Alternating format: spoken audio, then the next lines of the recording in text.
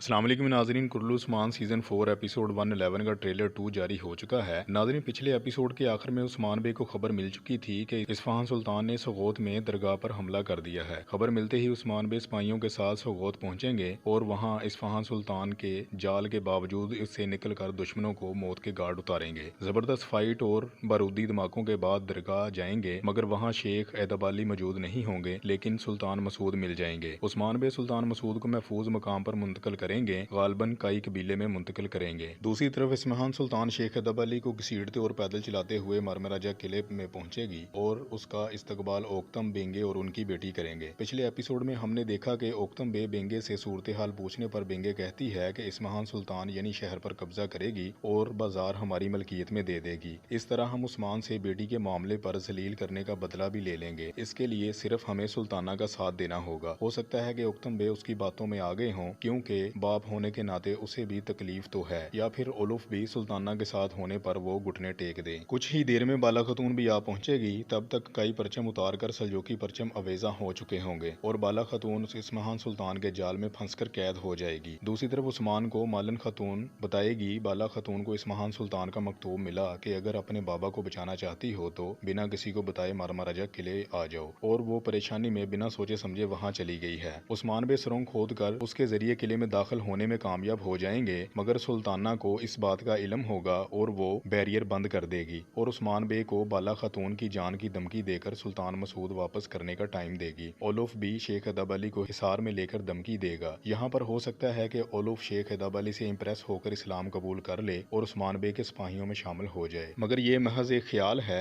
शायद वो गूंगा, बहरा और अंधा हो जिस पर कोई बात असर ना करे। बहरहाल उस्मान बे को वापस जाना पड़ेगा और बाहर तुर्गत बे उस्मान बे को बताएंगे कि सुल्तान अलाउद्दीन अपने लाओ लश्कर के साथ आपकी और सुल्तान मसूद की सरकुबी करने के लिए आ रहे हैं। उस्मान बे जोशीली अंदाज में कहेंगे कि हम अपनी जानें तो दे सकते हैं, मगर हथियार नहीं डाल सकते। उस्मान बे को कई कबीले में दिखाया जाता है जहां वो कोई मंसूबा तरतीब देंगे। वो मंसूबा ये भी हो सकता है कि फरीक को गिरफ्तार करके ओलुफ को ब्लैकमेल किया जाए ताकि वो बाला और शेख एदब अली को खुफिया तौर पर रिहा करे, क्योंकि फरीक ही मारता है ये कोनूर अल्प जान चुका है। जैसे ही सोगोत की हलचल में कोनूर आजाद होगा तो वो उस्मान बे को बताएगा, या फिर तुर्गत बे के साथ उनकी गाड़ियों में छुपकर किले पर हमला करेंगे। या ये भी हो सकता है कि सुल्तान मसूद को हकीकत में हवाले कर दें और जाल के अंदर जाल बिछाकर सुल्तान मसूद को भी वापस ले लें। ये भी हो सकता है कि अलचिची के अंदर से किसी तरीके उनको रिहा करके सुरंगों के जरिए बाहर निकाल दे। ऐसा भी हो सकता है, मगर इसके चांसेस बहुत कम हैं कि उस्मान बे सुल्तान अलाउद्दीन की फौज से जंग करें और अलाउद्दीन को